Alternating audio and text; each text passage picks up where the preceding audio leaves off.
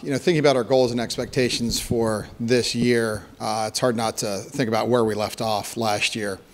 This is going into my 14th season, and we were oftentimes the team that was good but struggled to break out. And last year really was our breakout season. Last year, we ran off 8 consecutive wins, which took us all the way to the Elite Eight. We were 1 game away from going to the Final Four.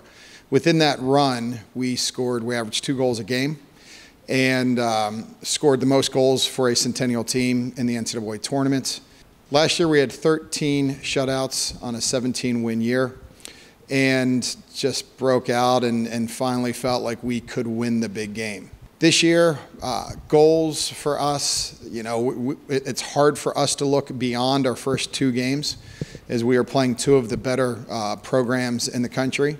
So we will be challenged right out of the gate, and our goal is to do well within those 2 matches.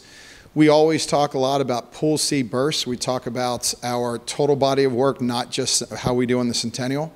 Our goal is by the end of the year to be able to secure an NCAA bid without relying on the Centennial final to get the AQ.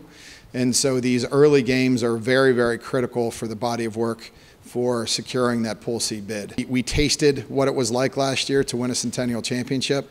Our guys will be very hungry to do that again. We also tasted what it was like to win games on the road in the NCAA tournament, and we will hope to be able to continue with our success in NCAA play as we did last year. Last year, we were unable to enjoy home playoff games. We were on the road for the Centennial tournament, and we were also on the road for both of our weekends in NCAA play. And we would love to be able to get back to F&M for playoff games this year. So preparation for us is interesting. It definitely doesn't start with our preseason. Our preparation goes back to the spring, and the spring leading itself into our Cape Town trip, which, you know, ate up a lot of our May. And so the way we do the off season is the spring into this whole Cape Town trip, where we had 4 matches internationally.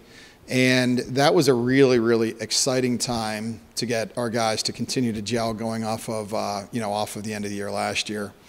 And feels like it takes some of the pressure off of coming into preseason and feeling like we have to put everything together.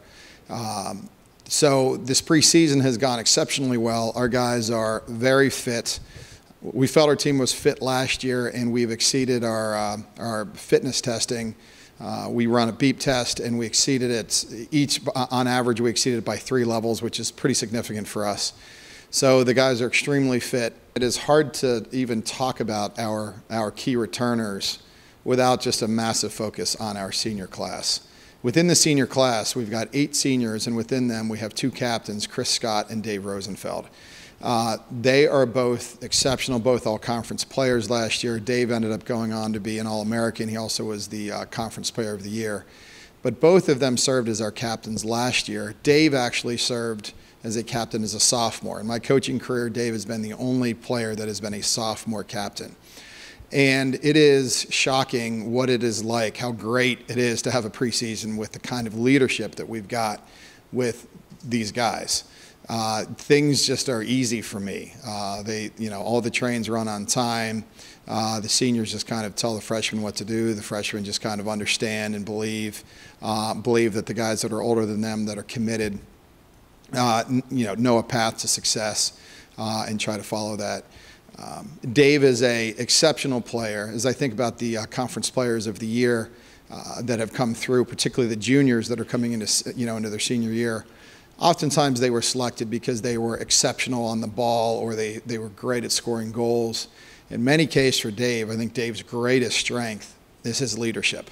He is just an unbelievable leader. He's a warrior. He's a fighter. He communicates constantly on the field. But then off the field, everybody just kind of follows him. And Chris is his sidekick, and Chris is an amazing captain as well. We lost some great players from last year. Chief among them would be Ben Beaver. And Ben Beaver was a tremendous player for us. Ben Beaver ended up setting the goal record here. He also was an All-American, so we had 2 of them last year.